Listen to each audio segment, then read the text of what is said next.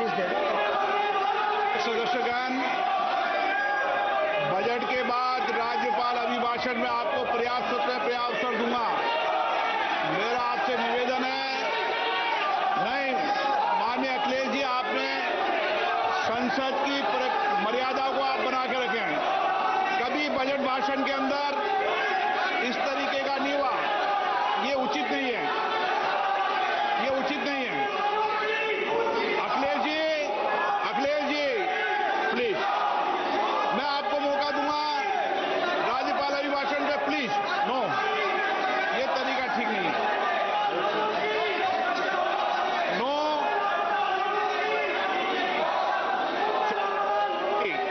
राज्यपाल अभिभाषण पर चर्चा होगी। नो तरीका। Honorable Speaker, I present the budget for 25-26.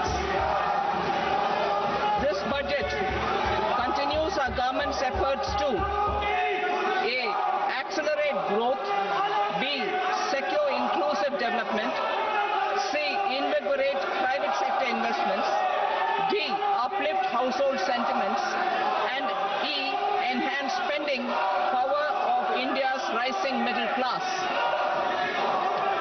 Together, we embark on a journey to unlock our nation's tremendous potential for greater prosperity and global positioning under the leadership of Honorable Prime Minister Shri Narendra Modi. As we complete the first quarter of the 21st century, continuing geopolitical headwinds suggest lower global economic growth over the medium term.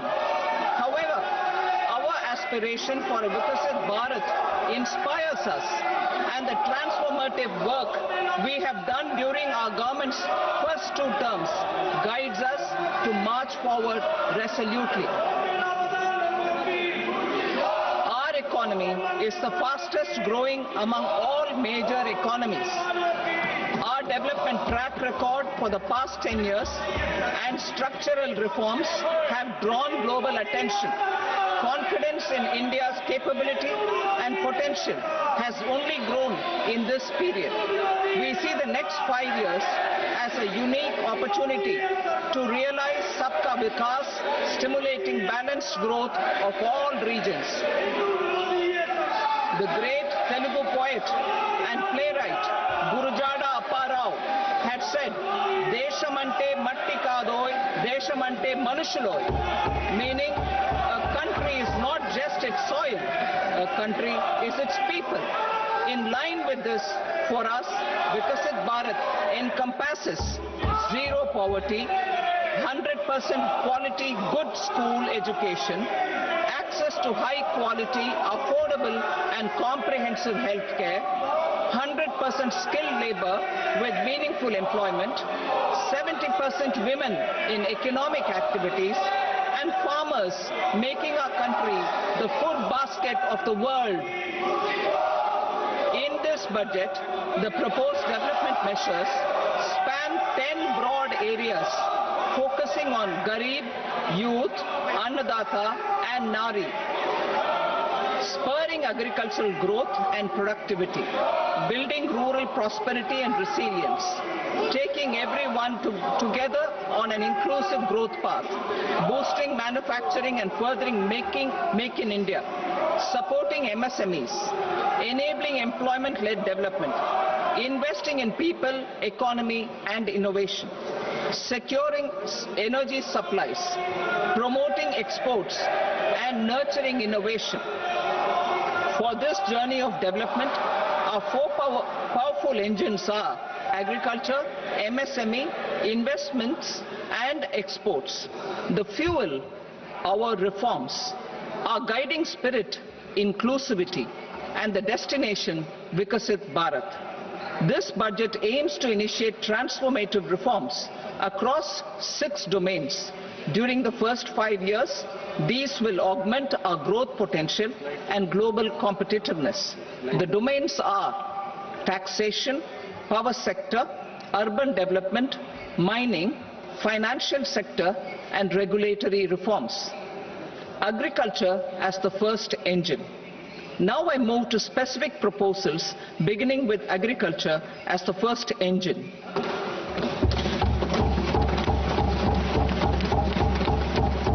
Prime Minister Dhan Dhanya Krishi Yojana, developing agri-districts program.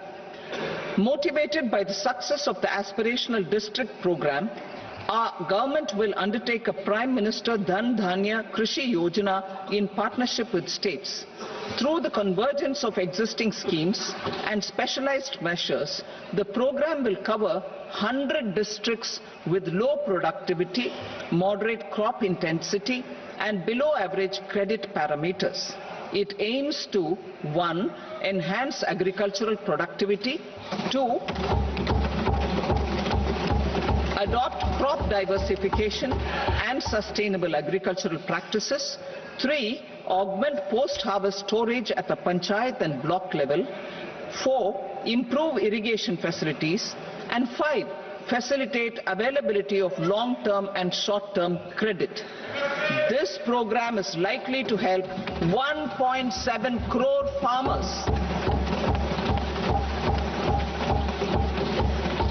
Building rural prosperity and resilience. A comprehensive multi-sectoral rural prosperity and resilience program will be launched in partnership with the states. This will address underemployment in agriculture through skilling, investment, technology, and invigorating the rural economy. The goal is to generate ample opportunities in rural areas so that migration is an option but not a necessity. The program will focus on rural women, young farmers, rural youth, marginal and small farmers, and landless families. The details are in Annexure A. Domestic best practices will be incorporated, and appropriate technical and financial assistance will be sought from multilateral development banks. In Phase 1, 100 developing agri-districts will be covered. Atmanirbharta in pulses. Our government is implementing the National Mission for Edible Oilseed for achieving Atmanirbharta in edible oils. Our farmers have the capability to grow enough for our needs and more. 10 years ago, we made concerted efforts and succeeded in achieving near self-sufficiency in pulses. Farmers responded to the need by increasing the cultivated area by 50%, and government arranged for procurement and remunerative prices. Since then, with rising incomes and better affordability, our consumption of pulses has increased significantly. Our government will now launch a 6-year mission for Atmanirbharta in pulses with a special focus on Tuar, Urad and Masoor. Details are in Annexure B. Central agencies such as NAFED and NCCF will be ready to procure these 3 pulses as much as offered during the next 4 years from farmers who register with these agencies and enter into agreements. Comprehensive program for vegetables and fruits. It is encouraging that our people are increasingly becoming aware of their nutritional needs. It is a sign of a society becoming healthier.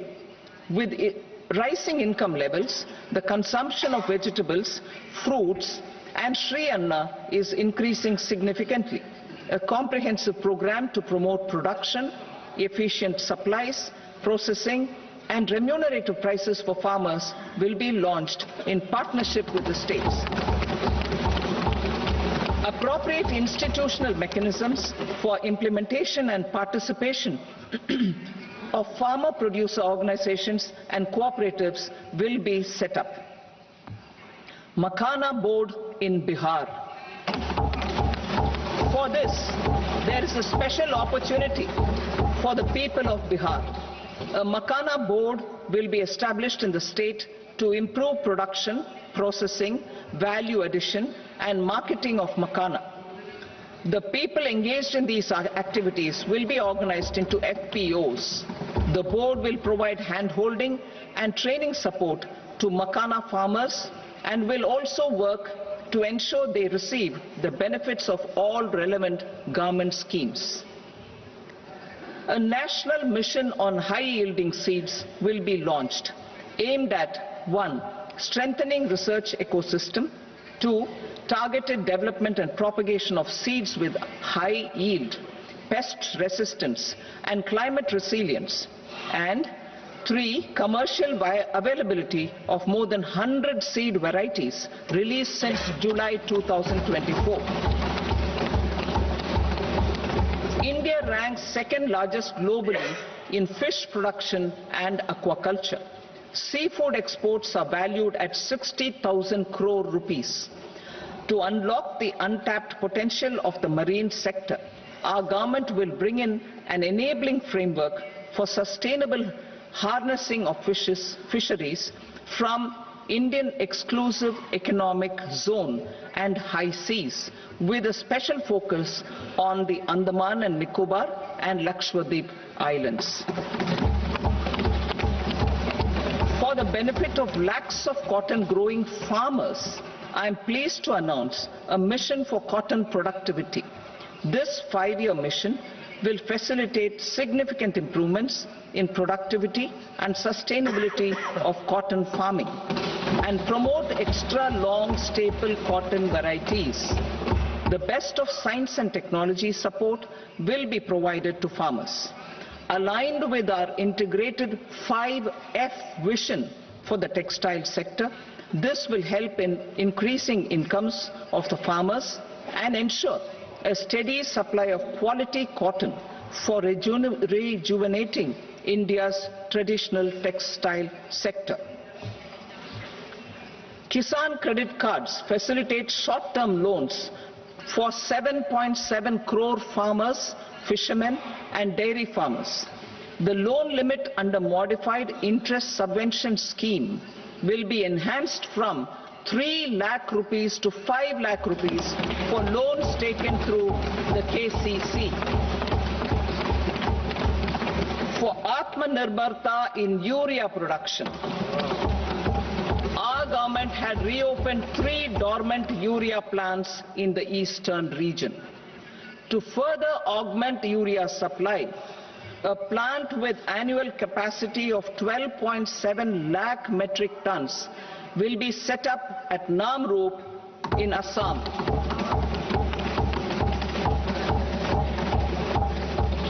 India Post, with 1.5 lakh rural post offices, complemented by the India Post Payment Bank and a vast network of 2.4 lakh Dak Sevaks, will be repositioned to act as a catalyst for the rural economy. Details are at Annexure C. India Post will also be transformed as a large public logistics organization. This will meet the rising needs of Vishwakarmas, new entrepreneurs, women, self-help groups, MSMEs, and the large business organizations. Our government will provide support to NCDC for its lending operations for the cooperative sector. MSMEs as the second engine. Now I move to MSMEs as the second engine, which encompasses manufacturing and services with a focus on MSMEs numbering 5.7 crores.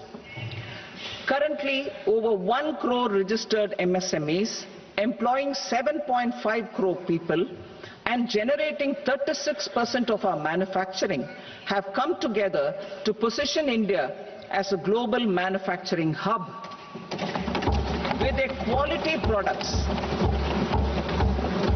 quality products, these MSMEs are responsible for 45% of our exports. To help them achieve higher efficiencies of scale, technological upgradation, and better access to capital, the investment and turnover limits for classification of all MSMEs will be enhanced to 2.5 and 2 times respectively. This will give them the confidence to grow and generate employment for our youth. The details are given in Annexure D. To improve access to credit, the credit guarantee cover will be enhanced. First, for micro and small enterprises from 5 crore to 10 crore rupees, leading to additional credit of 1.5 lakh crores in the next 5 years. Second, for startups from 10 crore rupees to 20 crore rupees, with the guarantee fee being moderated to 1% for loans in 27 focus sectors which are important for Atmanirbhar Bharat. And for well-run exporter MSMEs, for term loans up to 20 crore rupees. Also for the micro enterprises, we will introduce customized credit cards with a 5 lakh rupee limit for micro enterprises registered on Udyam portal. In the first year, 10 lakh such cards will be issued. Fund of funds for startups. The Alternate Investment Fund, AIFs, for startups have received commitments of more than 91,000 crores rupees. These are supported by the fund of funds set up with the Government of India's contribution of 10,000 crore rupees. Now, a new fund of funds with expanded scope and a fresh contribution of another 10,000 crore rupees will be set up. A new scheme will be launched for 5 lakh women, scheduled castes and scheduled tribes, first-time entrepreneurs. This will provide term loans up to 2 crore rupees during the next 5 years. The scheme will incorporate lessons from the successful Stand Up India scheme. Online capacity building for entrepreneurship and managerial skills will also be organized. Measures for labor-intensive sectors. To promote employment and entrepreneurship opportunities in labor-intensive sectors, our government will undertake specific policy and facilitation measures. To enhance the productivity, quality and competitiveness of India's footwear and leather sector, a focus product scheme will be implemented.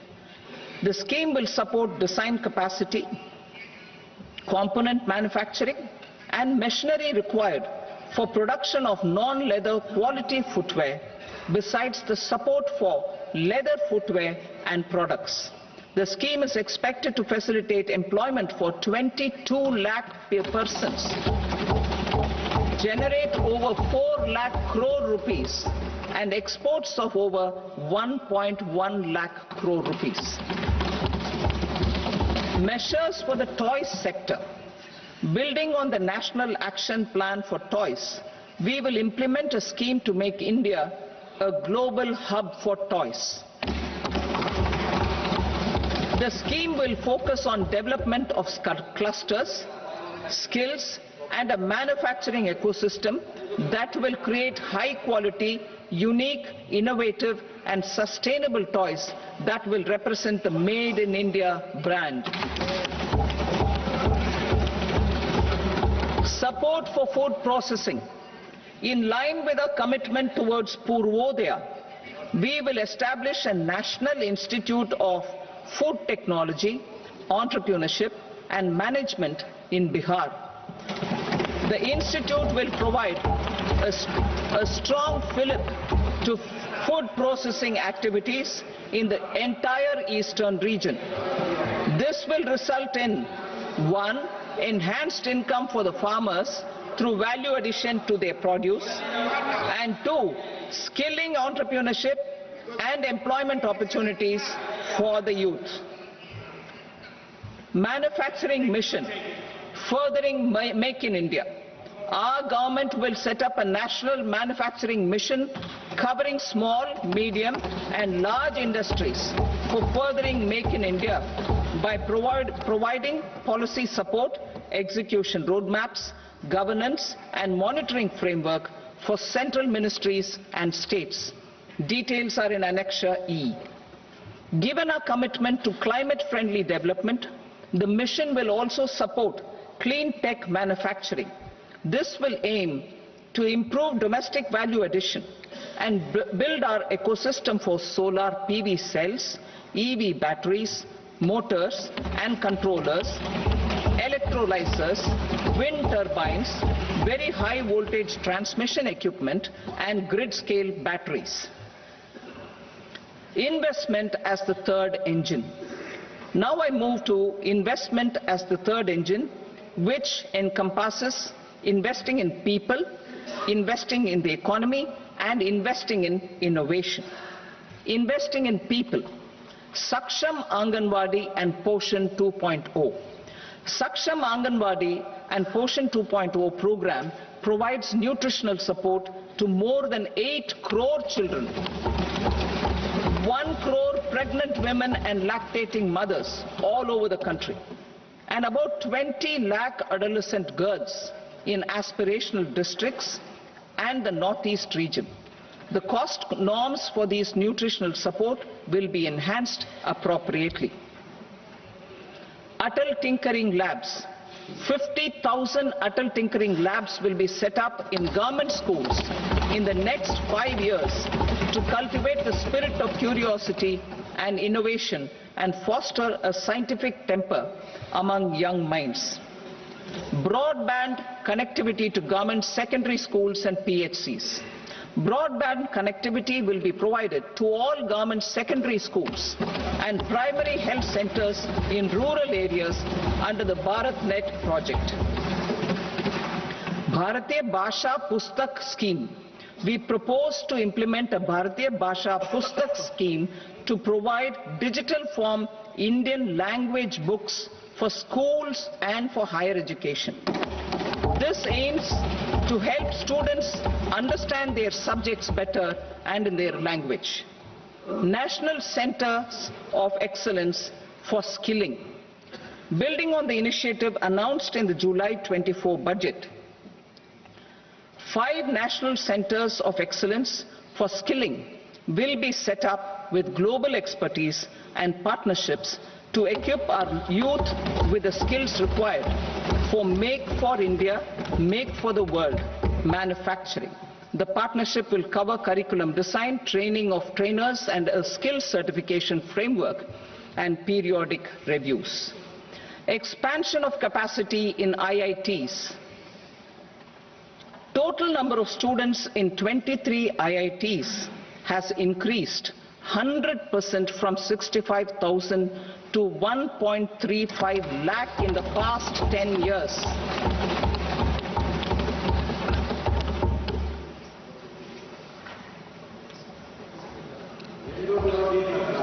Additional infrastructure will be created in the 5 IITs started after 2014 to facilitate education for 6,500 more students. Hostel and other infrastructure capacity at IIT Patna will also be expanded.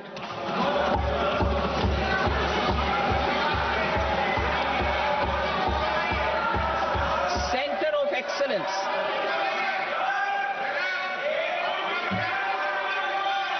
Center of Excellence in AI for Education.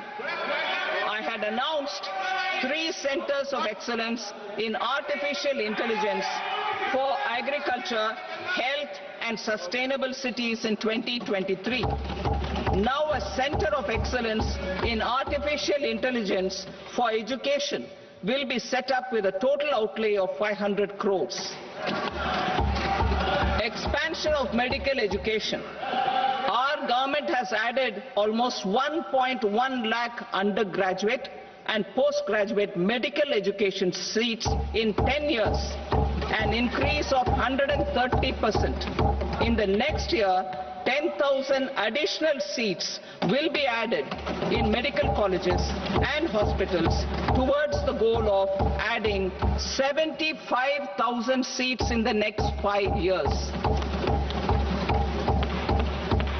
Daycare cancer centers in all district hospitals. Our government will facilitate setting up of daycare cancer centers in all district hospitals in the next 3 years. 200 centers will be established in 25-26 itself. Strengthening urban livelihoods. Our government has been giving priority to assisting urban poor and vulnerable groups. A scheme for socio-economic upliftment of urban workers will be implemented to help them improve their incomes, have sustainable livelihoods and a better quality of life. PM Swanidhi scheme has benefited more than 68 lakh street vendors, giving them respite from high-interest informal sector loans. Building on this success, the scheme will be revamped with enhanced loans from banks, UPI-linked credit cards with 30,000 rupees limit, and capacity building support. Social Security scheme for welfare of online platform workers.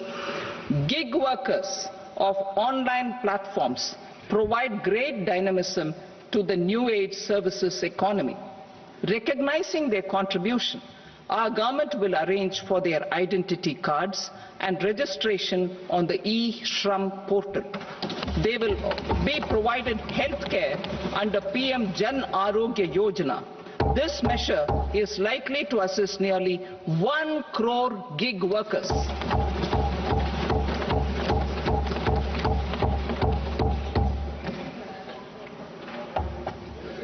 Investing in the economy. Public-private partnership in infrastructure. Each infrastructure-related ministry will come up with a 3-year pipeline of projects that can be implemented in PPP mode. States will also be encouraged to do so and can seek support from the India Infrastructure Project Development Fund, which is a scheme to prepare PPP proposals. Support to states for infrastructure. An outlay of 1.5 lakh crore is proposed for the 50-year interest-free loans to states for capital expenditure and incentives for reforms. Building on the success of the first asset monetization plan announced in 2021, the second plan for 2025 to 30 will be launched to plow back capital of 10 lakh crore in new projects. Regulatory and fiscal measures will be fine-tuned to support the plan. Jal Jeevan Mission. Since 2019, 15 crore households representing 80% of India's rural population have been provided access to portable tap water connections. To achieve 100% coverage, I am pleased to announce the extension of this mission until 2028 with an enhanced total outlay. The mission's focus will be on the quality of infrastructure and O&M of rural piped water supply schemes through Jan Bhagidari. A separate MOU or separate MOUs will be signed with the states and union territories to ensure sustainability and citizen-centric water services delivery. Urban sector reforms. Building on the July budget proposals, urban sector reforms related to governance, municipal services, urban land and planning will be incentivized. Urban Challenge Fund. The government will set up an Urban Challenge Fund of 1 lakh crore rupees to implement the proposals for cities as growth hubs, creative redevelopment of cities, and for water and sanitation purposes announced in the July budget. This fund will finance up to 25% of the cost of bankable projects, with a stipulation that at least 50% of the cost is funded from bonds, bank loans and PPPs. An allocation of 10,000 crore is proposed in 2025-26. Power sector reforms. We will incentivize electricity distribution reforms and augmentation of intra-state transmission capacity by states. This will improve financial health and capacity of electricity companies. Additional borrowing of 0.5% of GSDP will be allowed to states contingent on these reforms. Nuclear energy mission for Vikasit Bharat. Development of at least 100 gigawatt of nuclear energy by 2047 is essential for our energy transition efforts.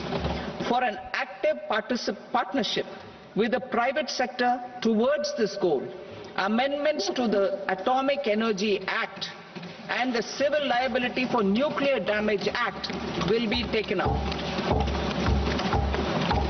A nuclear energy mission for research and development of small modular reactors with an outlay of 20,000 crore will be set up. At least 5 indigenously developed small modular reactors will be operationalized by 2033. Shipbuilding. The shipbuilding financial assistance policy will be revamped to address cost disadvantages. This will also include credit notes for shipbreaking in Indian yards to promote the circular economy. Large ships above a specified size will be included in the infrastructure harmonized master list. Shipbuilding clusters will be facilitated to increase the range, categories and capacity of ships. This will include additional infrastructure, facilities, skilling and technology to develop the entire ecosystem. Maritime Development Fund. For long-term financing for the maritime industry, a Maritime Development Fund with a corpus of 25,000 crore rupees will be set up. This will be for distributed support and promoting competition. This will have up to 49% contribution by the government, and the balance will be mobilized from ports and from private sector. UDAN regional connectivity schemes. UDAN has enabled 1.5 crore middle-class people to meet their aspirations for speedier travel. The scheme has connected 88 airports, and operationalized 619 routes. Inspired by that success, a modified UDAN scheme will be launched to enhance regional connectivity to 120 new destinations and carry 4 crore passengers in the next 10 years. 4 crore additional passengers in the next 10 years. The scheme will also support helipads and smaller airports in hilly, aspirational and northeast regional districts. Greenfield airports will be facilitated in Bihar to meet the future needs of the state. These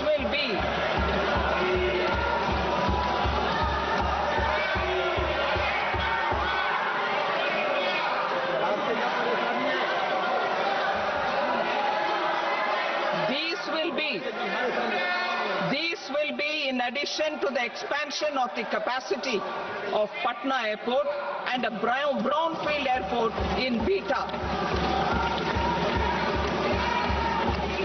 Western Kosi Canal project in Mithilanchal.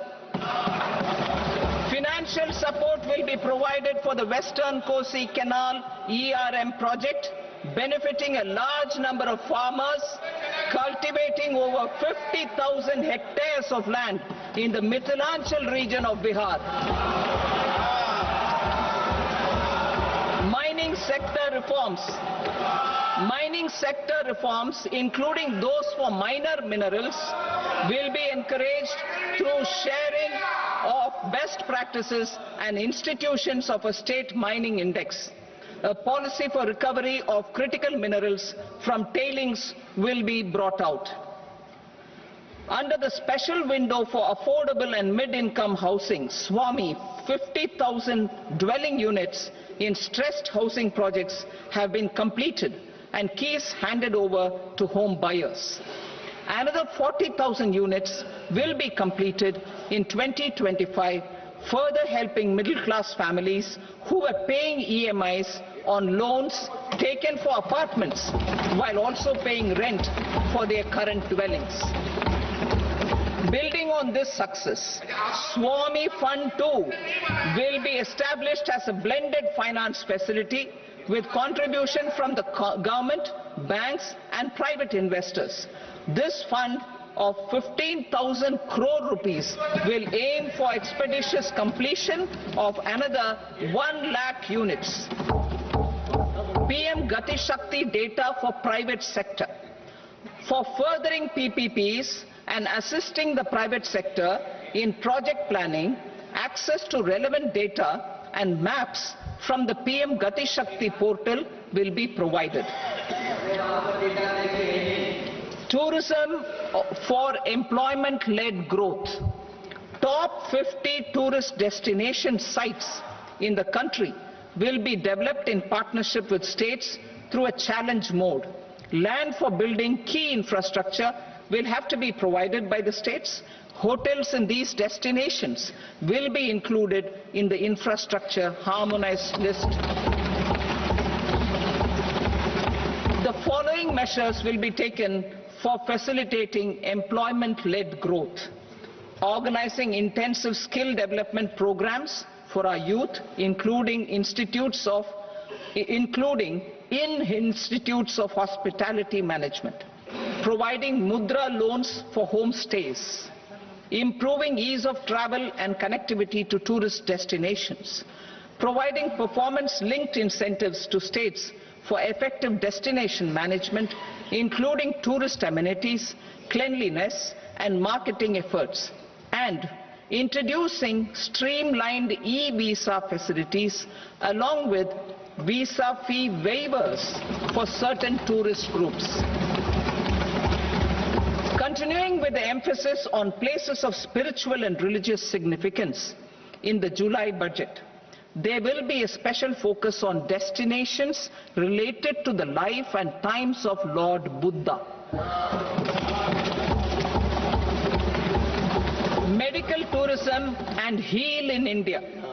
Medical tourism and Heal in India will be promoted in partnership with the private sector along with capacity building and easier visa norms. Investing in innovation. To implement private sector-driven research, development and innovation initiatives announced in the July budget, I am now allocating 20,000 crore rupees for this purpose. A deep tech fund of funds will also be explored to catalyze the next generation startups as a part of this initiative. In the next 5 years, under the PM Research Fellowship Scheme, we will provide 10,000 fellowships for technological research in IITs and IISc with enhanced financial support. The second gene bank with 10 lakh germplasm lines will be set up for future food and nutritional security. This will provide conservation support to both public and private sectors for genetic resources. We will start a national geospatial mission to develop foundational geospatial infrastructure and data. Using PM Gati Shakti, this mission will facilitate modernization of land records, urban planning and design of infrastructure projects. A Gyan Bharatam mission for survey, documentation and conservation of our manuscript heritage with academic institutions, museums, libraries and private collectors will be undertaken to cover more than 1 crore manuscripts. We will set up a national digital repository of Indian knowledge systems for knowledge sharing. Now I move to exports as the fourth engine. We will set up an export promotion mission with sectoral and ministerial targets, driven jointly by the Ministries of Commerce, MSME and Finance. It will facilitate easy access to export credit, cross-border factoring support, support to MSMEs to tackle non-tariff measures in overseas markets. A digital public infrastructure, Bharat Trade Net, for international trade will be set up as a unified platform for trade documentation and financing solutions. This will complement the Unified Logistics Interface platform. The BTN will be aligned with international practices. Support will be provided to develop domestic manufacturing capacities for our economy's integration with global supply chains. Sectors will be identified based on objective criteria. Facilitation groups with participation of senior officers and industry representatives will be formed for select products and supply chains. Through this, there are huge opportunities related to Industry 4.0, which needs high skills and talent. Our youth have both. Our government will support the domestic electronic equipment industry to leverage this opportunity for the benefit of our youth. A national framework will be formulated as guidance to states for promoting global capability centers in emerging Tier 2 cities. This will suggest measures for enhancing availability of talent and infrastructure, building bylaw reforms, and mechanisms for collaboration with industry. Our government will facilitate upgradation of infrastructure and warehousing for air cargo, including high-value perishable horticultural produce. Cargo screening and customs protocol will be streamlined and made user-friendly. Reforms as the fuel. Over the past 10 years, our government has implemented several reforms for convenience of taxpayers, such as faceless assessment, 2, taxpayer charter, 3, faster returns, 4, almost 99% returns being on self-assessment, and 5, Vivad Se Vishwas scheme.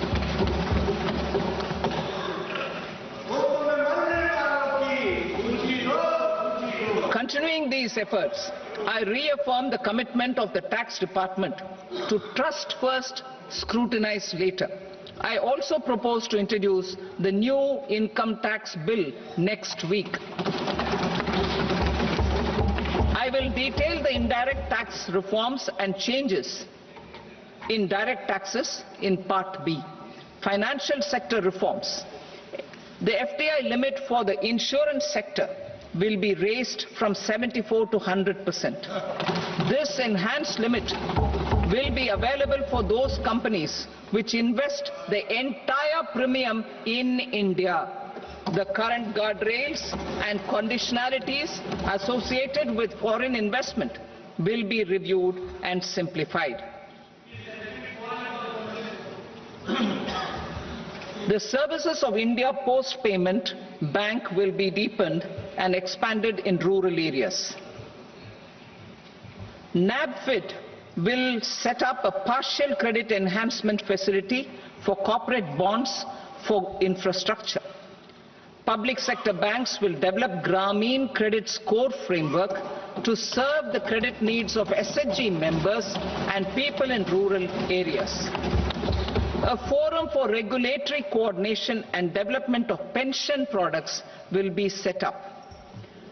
To implement the earlier announcement on simplifying the KYC processes, the revamped Central KYC Registry will be rolled out in 2025. We will also implement a streamlined system for periodic updating. Requirements and procedures for speedy approval of company mergers will be rationalized. The scope for fast-track mergers will also be widened and the process made simpler. As proposed in the interim budget, We signed bilateral investment treaties with 2 countries in 2024 to encourage sustained foreign investment, and in the spirit of First Develop India, the current model BIT will be revamped and made more investor-friendly. In the last 10 years, in several aspects, including financial and non-financial, our government has demonstrated a steadfast commitment to ease of doing business. We are determined to ensure that our regulations must keep up with technological innovations and global policy developments. A light-touch regulatory framework based on principles and trust will unleash productivity and employment. Through this framework, we will update regulations that were made under old laws. To develop this modern, flexible, people-friendly and trust-based regulatory framework appropriate for the 21st century, I propose 4 specific measures. A high-level committee for regulatory reforms will be set up for a review of all non-financial sector regulations, certifications, licenses and permissions. The committee will be expected to make recommendations within a year. The objective is to strengthen trust-based economic governance and take transformational measures to enhance ease of doing business, especially in matters of inspection and compliances. States will be encouraged to join in this endeavor. An investment friendliness index of states will be launched in 2025 to further the spirit of competitive, cooperative federalism. Under the Financial Stability and Development Council, a mechanism will be set up to evaluate impact of the current financial regulations and subsidiary instructions. It will also formulate a framework to enhance their responsiveness and development of the financial sector. In the Jan Vishwas Act 2023, more than 180 legal provisions were decriminalized. Our government will now bring up the Jan Vishwas Bill 2.0 to decriminalize more than 100 provisions in various laws. I now move to fiscal policy. In the July budget, I had committed to staying the course for fiscal consolidation. Our endeavor will be to keep the fiscal deficit each year such that central government debt remains on a declining path as a percentage of the GDP. The roadmap for the next 6 years has been detailed in the FRBM statement. Revised estimates for 2024-25. The revised estimate of the total receipts other than borrowings is 31.47 lakh crore rupees, of which the net tax receipts are 25.57 lakh crore rupees. The revised estimate of the total expenditure is 47.16 lakh crore rupees, of which the capital expenditure is about 10.18 lakh crore rupees. The revised estimate of the fiscal deficit is 4.8% of the GDP. Budget estimates for 25-26. Coming to 25-26, the total receipts other than borrowings and total expenditure are estimated at 34.96 lakh crore rupees and 50.65 lakh crore rupees respectively. The net tax receipts are estimated at 28.37 lakh crore rupees. The fiscal deficit is estimated to be 4.4% of GDP. To finance the fiscal deficit, the net market borrowings from dated securities are estimated at 11.54 lakh crore. The balance financing is expected to come from small savings and other sources. The gross market borrowings are estimated at 14.82 lakh crore rupees. I will now move to Part B. Indirect taxes. My proposals relating to customs aim to rationalize tariff structure and address duty inversion. These will also support domestic manufacturing and value addition, promote exports, facilitate trade, and provide relief to common people. Rationalization of customs tariff structure for industrial goods. As a part of comprehensive review of customs rate structure announced in July 2024 budget, I propose to 1. Remove 7 tariff rates. This is over and above the 7 tariff rates removed in 23-24 budget. After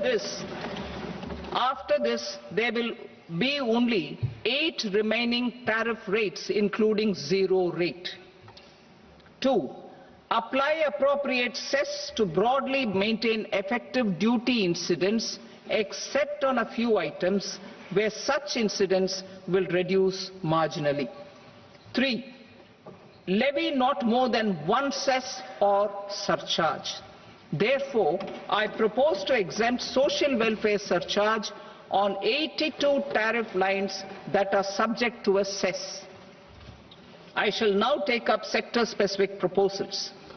To provide relief to patients, particularly those suffering from cancer, rare diseases, and other severe chronic diseases, I propose to add 36 life-saving drugs and medicines to the list of medicines fully exempted from basic custom duty.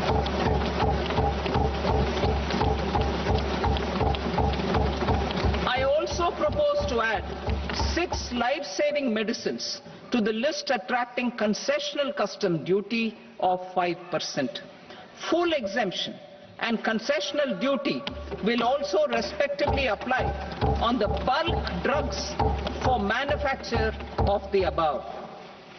Specified drugs and medicines under patient assistance programs run by the pharmaceutical companies are fully exempt from BCD, provided the medicines are supplied free of cost to the patients.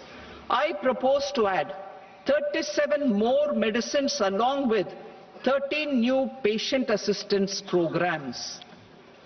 Support to domestic manufacturing and value addition. Critical minerals.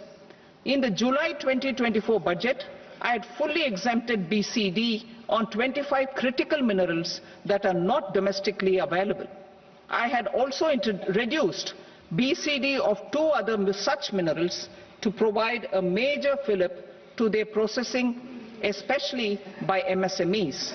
Now, I propose to fully exempt cobalt powder and waste, the scrap of lithium-ion battery, lead, zinc, and 12 more critical minerals.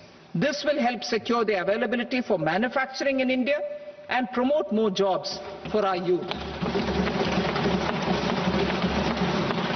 To promote domestic production of technical textile products such as agro-textiles, medical textiles, and geotextiles at competitive prices, I propose to add 2 more types of shuttle-less looms to the list of fully exempted textile machinery.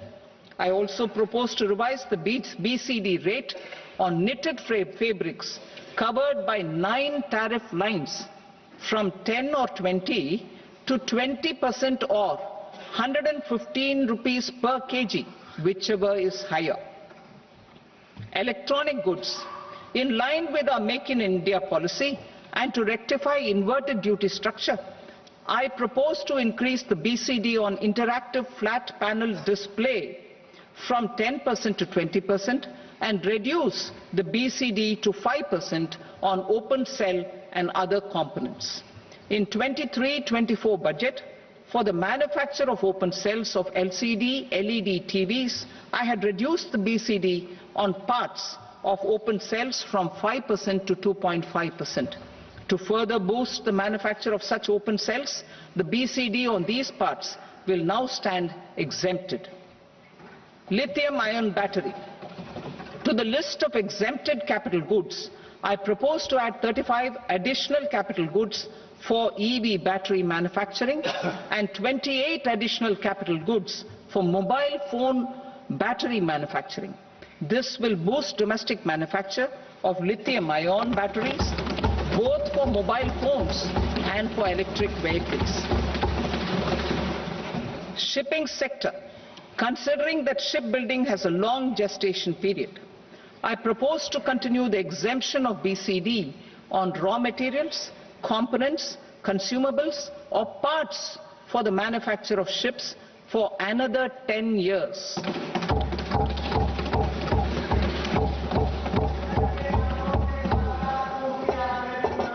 I also propose the same dispensation for shipbreaking to make it more competitive.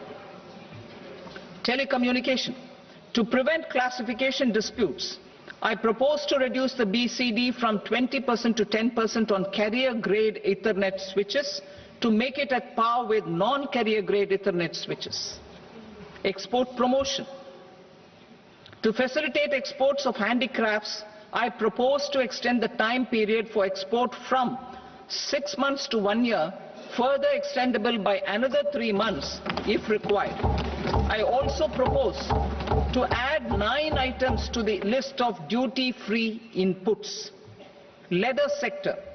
I propose to fully exempt BCD on wet blue leather to facilitate imports for domestic value addition and employment. I also propose to exempt crust leather from 20% export duty to facilitate exports by small tanners. Marine products. To enhance India's competitiveness in the global seafood market, I propose to reduce BCD from 30% to 5% on frozen fish paste, surimi, for manufacture and export of its analog products. I also propose to reduce BCD from 15% to 5% on fish hydrolysates for manufacture of fish and shrimp feed. In July 2024 budget, to promote development of domestic MROs for aircraft and ships, I had extended the time limit for export of foreign origin goods that were imported for repairs from 6 months to 1 year and further extendable by 1 year. I now propose to extend the same dispensation for railway goods. Time limit for provisional assessment. Presently, the Customs Act 1962 does not provide any time limit to finalize provisional assessments, leading to uncertainty and cost to trade. As a measure of promoting ease of doing business, I propose to fix a time limit of 2 years, extendable by a year, for finalizing the provisional assessment. I propose to introduce a new provision that will enable importers or exporters, after clearance of goods, to voluntarily declare material facts and pay duty with interest but without penalty. This will incentivize voluntary compliance. However, this will not apply in cases where department has already initiated audit or investigation proceedings. For industry to better plan their imports, I propose to extend the time limit for the end use of imported inputs in the relevant rules from 6 months to 1 year. This will provide operational flexibility in view of cost and uncertainty of supply. Further, such importers will now have to file only quarterly statements instead of a monthly statement.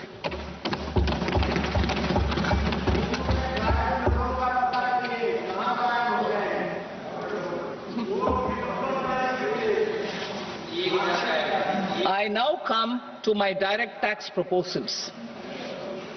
In Part A, I have briefly underlined taxation reforms as one of key reforms to realize our vision of Vikasit Bharat. In respect of criminal law, our government had earlier ushered in Bharatiya Nyaya Sanhita, replacing Bharatiya Danda Sanhita. I am happy to inform this August House and the country that for new income tax bill, will carry forward the same spirit of Nyaya in its drafting as well. The new bill will be clear and direct in text, with close to half of the present law in terms of both chapters and words. It will be simple to understand for taxpayers and tax administrators, leading to tax certainty and reduced litigation. Reforms, however, are not a destination. They are means to achieve good governance for our people and economy. Providing good governance primarily involves being responsive. The Tirukural captures this in verse 542, which reads, "Vaanokki vaazhum ulagallam, mannavan kol nokki vaazhum kudi," meaning, just as the living beings live expecting rains, citizens live expecting good governance. Our government is committed to keeping an ear to the ground and a finger on the pulse and responding while balancing our national building efforts.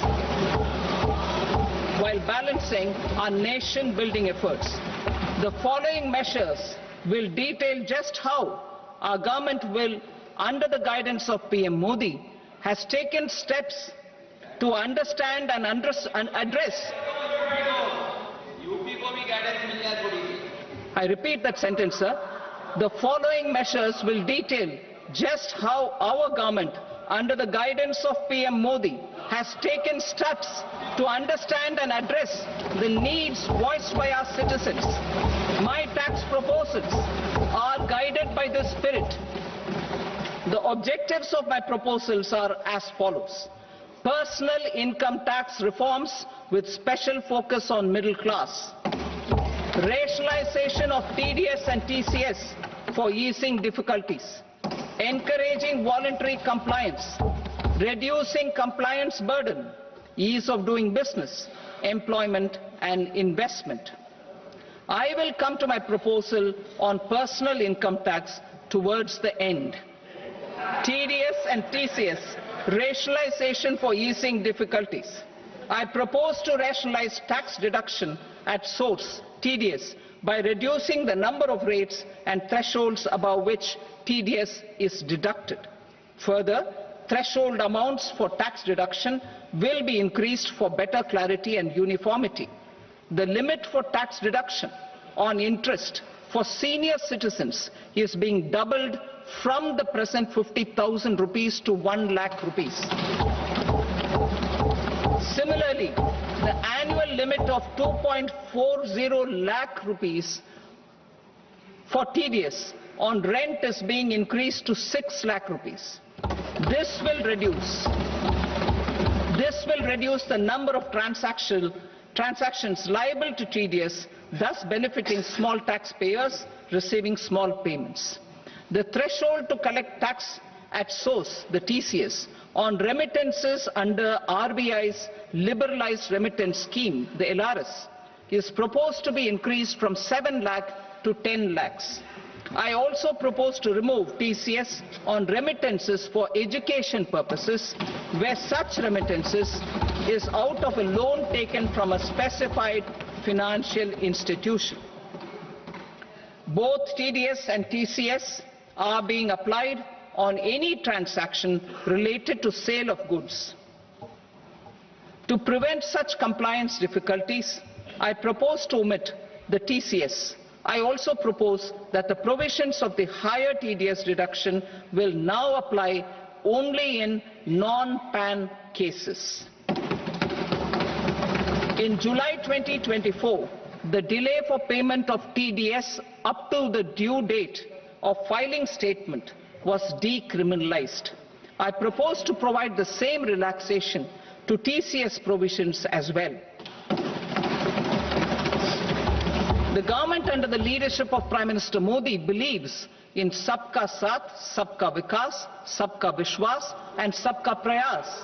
In line with this, we brought in updated return facility in 2022 for voluntary compliance by taxpayers who had omitted to report their correct income.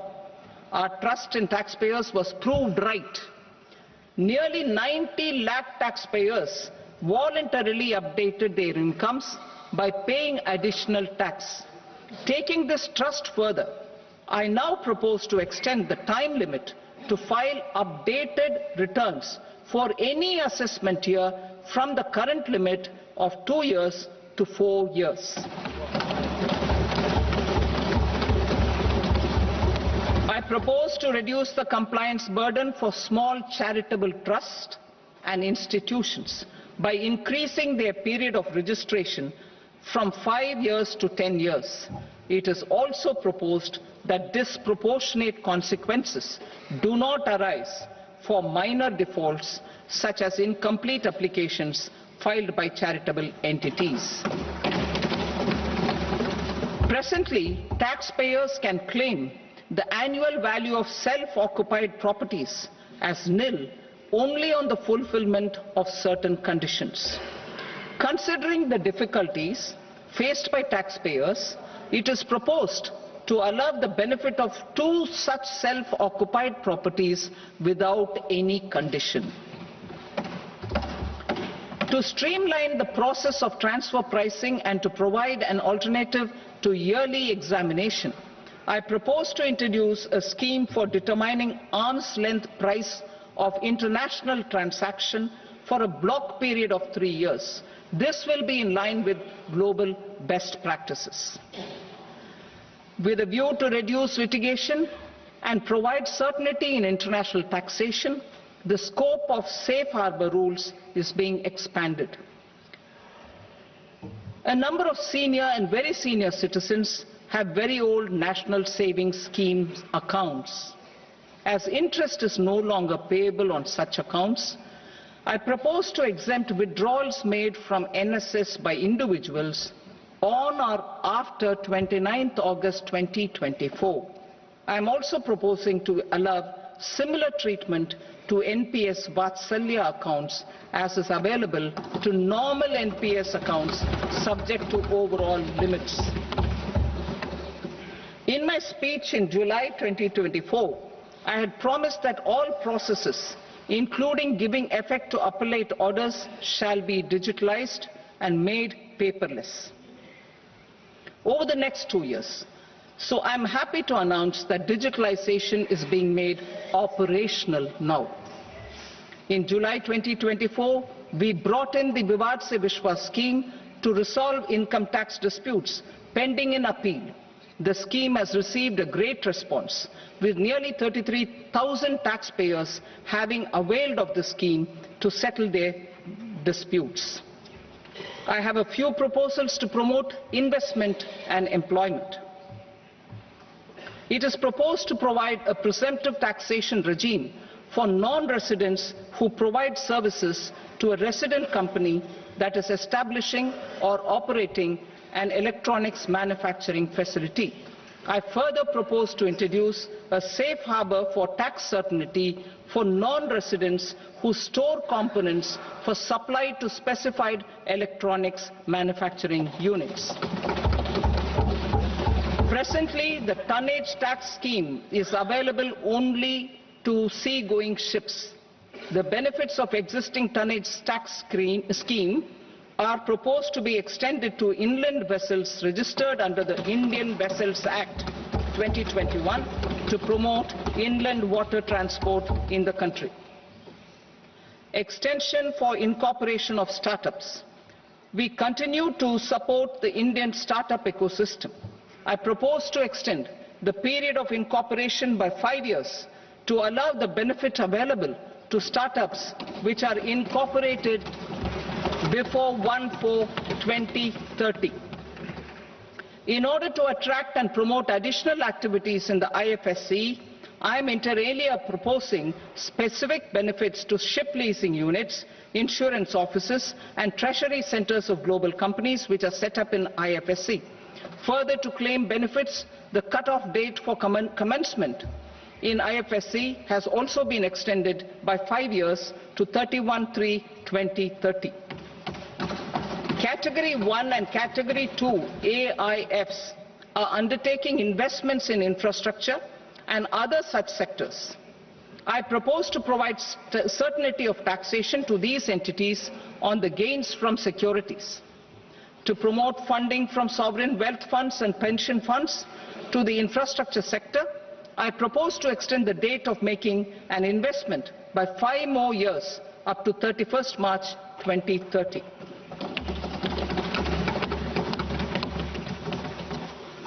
Personal income tax reforms with special focus on middle class. Democracy, demography and demand are the key support pillars in our journey towards Vikasit Bharat. The middle class provides strength for India's growth. This government, under the leadership of Prime Minister Modi, has always believed in the admirable energy and ability of the middle class in nation building. In recognition of their contribution,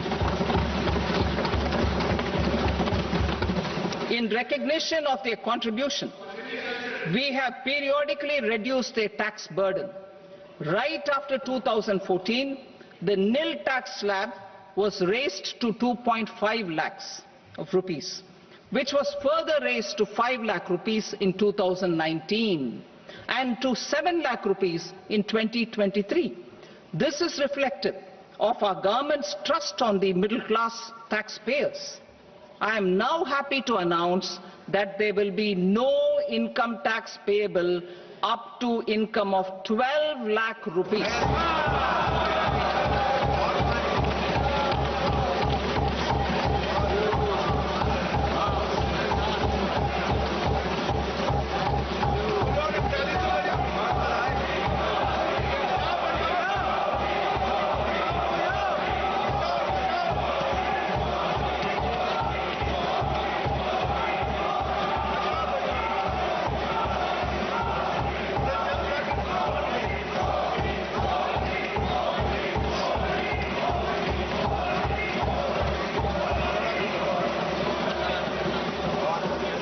So, average income of 1 lakh per month other than the special rate income such as capital gains under the new regime.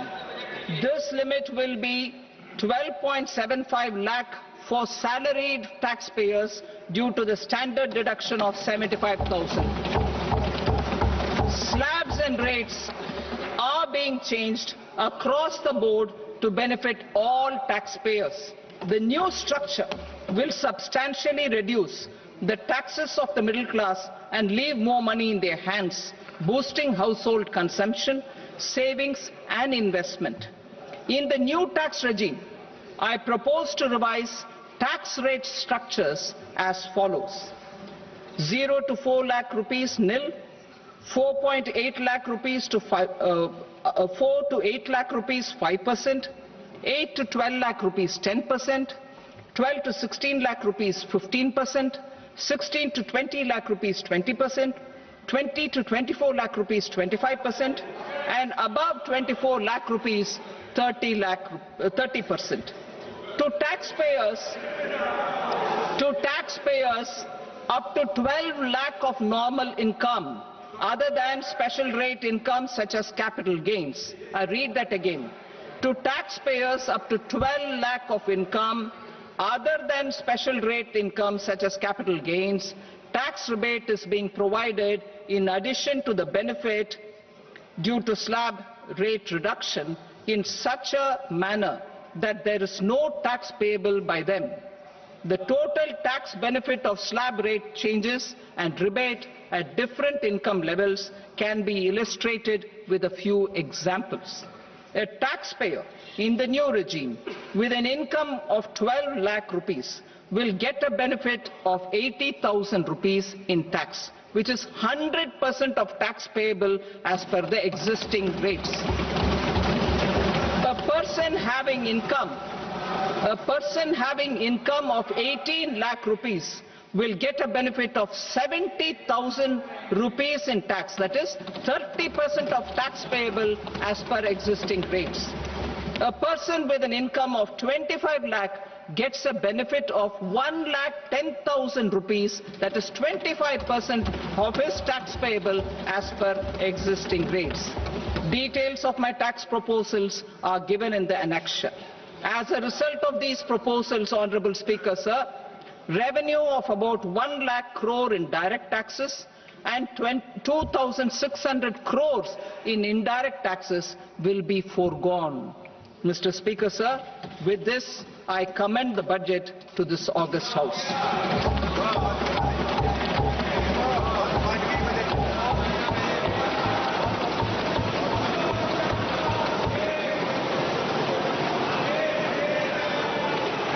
Item number 2, Srimati Nirmala Sitharaman. Sir, with your permission, I rise to lay on the table the following statements under Section 3(1) of the Fiscal Responsibility and Budget Management Act 2003. Medium-term fiscal policy cum fiscal policy strategy statement and macroeconomic framework statement. Item number 3, Srimati Nirmala Sitharaman. Sir, with your permission, I rise to move for leave to introduce the Finance Bill 2025.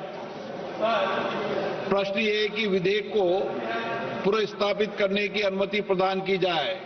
जो सदस्य इसके पक्ष में हाँ गए, जो सदस्य विरोध में ना गए, मेरे विचार में निर्णय हाँ वालों के पक्ष में हुआ, हाँ वालों के पक्ष में अनुमति प्रदान की जाती है। माननीय मंत्री जी, अब विधेयक को पुनर्स्थापित करें। Sir, I introduce the bill. Thank you. सभा की कार्रवाई सोमवार दिनांक 3 फरवरी 2025 को प्राप्त 11 बजे तक के लिए स्थगित की जाती है।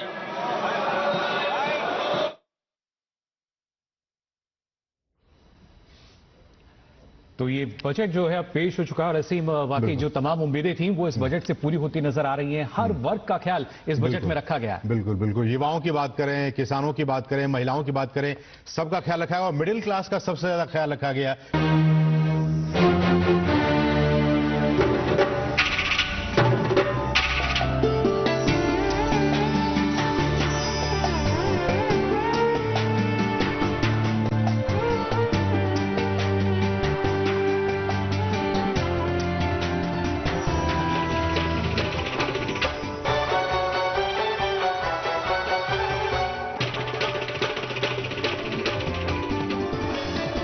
आप देख रहे हैं डीडी कशिर, एहसास कश्मीर का।